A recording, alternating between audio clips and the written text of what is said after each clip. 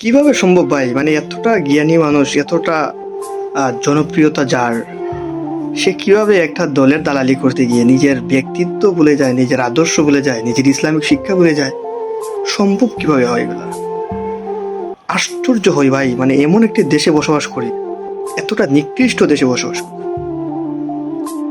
দেখুন, উসমান হাদির গলিতে যারা নিন্দা জানিয়েছে, আমার কথা হচ্ছে অবশ্যই নিন্দা জানাবেন, আমরা নিন্দা জানাই, কিন্তু নিন্দা কি শুধু একজনের বেলায় জানিয়ে বসে থাকবো?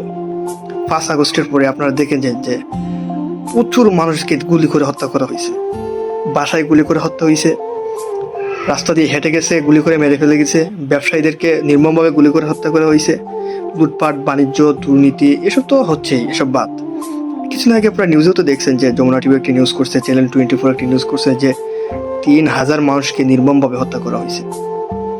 কই, ওই সময় তো কোনো সুশীল মিজানুর রহমান আজহারের মতো ব্যক্তি পোস্ট করে নিন্দা জানাননি। তাহলে কি আমরা ধরে নেব যে শুধুমাত্র নিজের গোষ্ঠী, নিজের দলের, নিজের মতের সাথে যার মিল আছে, সে, তার যদি কোনো কিছু হয় সেই হিসাবে নিন্দা জানানো হয়, আর বাকি কেউ মানুষ না? ওরা সবাই আওয়ামী লীগ, ওরা সবাই আওয়ামী লীগ। আওয়ামী লীগ মরলে নাকি আওয়ামী লীগ নাকি মানুষ না? হ্যাঁ, ওটা হচ্ছে বর্তমান ইসলামিক শিক্ষা, যা ওই যে ডক্টর মিজানুর রহমান আজহারের মতো একজন জনপ্রিয় মানুষ, যাকে নিয়ে ব্রিটেনের পার্লামেন্টে পর্যন্ত আলোচনা হয়, যার জনপ্রিয়তা আকাশচুম্বী আমরা মনে করি, যাকে অত্যন্ত ভালোবাসি, সেই মানুষের মতো একজন জ্ঞানী মানুষ যদি দালালি করতে গিয়ে নিজের আদর্শ বিসর্জন দেয়, আশ্চর্য অবশ্যই হয়। আমরা কি শুধু একজনের বেলায় নিন্দা জানিয়ে বসে থাকবো? এটা কি ইসলাম আমাদেরকে শিক্ষা দেয়? এটা কি আমাদের ব্যক্তিত্ব? এটা কিভাবে সম্ভব? 5 আগস্টের পরে গণহারে মেয়েরা ধর্ষিত হয়েছে, 26,000 নারী ও শিশু নির্যাতিত হয়েছে। কখনো তো দেখিনি আপনাদেরকে যে একটা নিন্দা জানাতে। রাজনৈতিক দলের নেতাদেরকেও তো দেখি নাই, ওই সময় চুপ করে বসেছিল। শিক্ষকদেরকে লাঞ্ছিত করা হচ্ছে, জুতার মালা পরানো হচ্ছে। বিশ্ববিদ্যালয় থেকে স্টুডেন্টরা শিক্ষকদেরকে জুতা পিটা দিয়ে বের করে দিচ্ছে, ওই সময় তো নিন্দা জানাতে দেখিনি। আশ্চর্য হই আমরা আসলে। এদেশের শ্রেষ্ঠ সন্তান মুক্তিযোদ্ধারা, যাদের আত্মত্যাগে আমরা এই রাষ্ট্র পেয়েছি, তাদেরকে অপদস্থ করা হয়েছে, তাদেরকে গণপিটুনি দেওয়া হয়েছে, জুতার মালা পরানো হয়েছে। কই, ওই সময় তো কখনো আপনাদেরকে দেখিনি।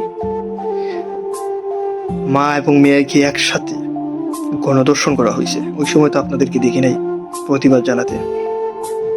ওই সময় কই ছিলেন আপনারা? আপনাদের সুশীলতা কই ছিল ওই সময়? আপনারা দালালি তো অবশ্যই করবেন, দালালি তো করতেছেন। ইউনূসের মতো একটা এই অযোগ্য রাষ্ট্রপ্রধান, যাকে নিয়ে কথা বলাটাও এটা মানে অযৌক্তিক দেখায়। হ্যাঁ, তো এরকম একজন ব্যক্তিকে যখন আপনারা প্রথমে বলছেন সুদখোর, সুদের কারিগর, দেশ এবং সমাজ নষ্ট করার কারিগর, আপনারা উনি যখন ক্ষমতায় আসলেন, তখন আপনাদের বাবা হয়ে গেছেন, আপনাদের পিতার সমতুল্য হয়ে গেছে। তখন ওই সময় সুদ আর হারাম না, এখন হালাল হয়ে গেছে। এখন আর সুদের ওয়াজ কেউ করে না। এখন মসজিদে বেগম খালেদা জিয়ার জন্মদিন পালন হলেও কেউ প্রতিবাদ করে না। হ্যাঁ, এখন মাহফিলও বাধা দেওয়া হচ্ছে ওপেন, এখনো কেউ প্রতিবাদ করে না। তো আসলে আওয়ামী লীগ সরকার না গেলে আসলে বুঝতে পারতাম না যে কতটুকু এই দেশের জন্য প্রয়োজন ছিল এই দলটা। ডক্টর মিজানুর রহমান আজহারের মতো মানুষ, রাজনৈতিক দলের মতো একটা বড় বড় ব্যক্তিরা যখন নিজের আদর্শ ভুলে যায়, নিজের ব্যক্তিত্ব ভুলে যায়, তখন আর এই দেশ আশা করা আমি মনে করি না ঠিক হয়। 3,000 মানুষ হত্যা হয়েছে, একটা মানুষ প্রতিবাদ করে নাই, ওরা মানুষ না। আর একটা রাজাকার 24-এর জুলাই যোদ্ধা বুঝেন, সে বুঝেন জুলাই যোদ্ধা, একটা দেশদ্রোহী রাজাকার গাদ্দার, তার একটা গুলি লাগার কারণে প্রতিবাদ করতেছে সবাই। অথচ এরা দেশদ্রোহী, একটি সাজানো দেশটাকে ধ্বংস করেছে এরা। আশ্চর্য হই, আশ্চর্য অবশ্যই হই। এখানে আমরা কি প্রতিবাদ একজনের বেলায় করি? দেখুন, কিছুদিন আগে আমি বেগম খালেদা জিয়ার অসুস্থতার কারণে, আমি সুস্থতার চেয়ে আমি পুষ্ট করেছি। আমাকে আমার দলের অনেক বলছে, ভাই আপনার কাছ থেকে এটা আশা করি না, কারণ যার অনুসারীরা আমাদেরকে নির্মমভাবে মেরেছে, আমাদের বাড়িঘর তছনছ করে দিয়েছে, মা বাবার জানাজা পর্যন্ত যেতে পারে নাই, মামলা একটার পর একটা অযৌক্তিক মামলা দিয়ে রেখেছে। সেই নেত্রীর সুস্থতা কামনা করা আমি যৌক্তিক মনে করি না, এরকম বলছে অনেকে। কিন্তু আমি কি বলছি ভাই, দেখুন, মৃত মানুষ অসুস্থ মানুষের সাথে কখনো শত্রুতা, এটা আমাদের আদর্শ না। ইসলাম আমাদেরকে এটা শিক্ষা দেন। রাজনৈতিক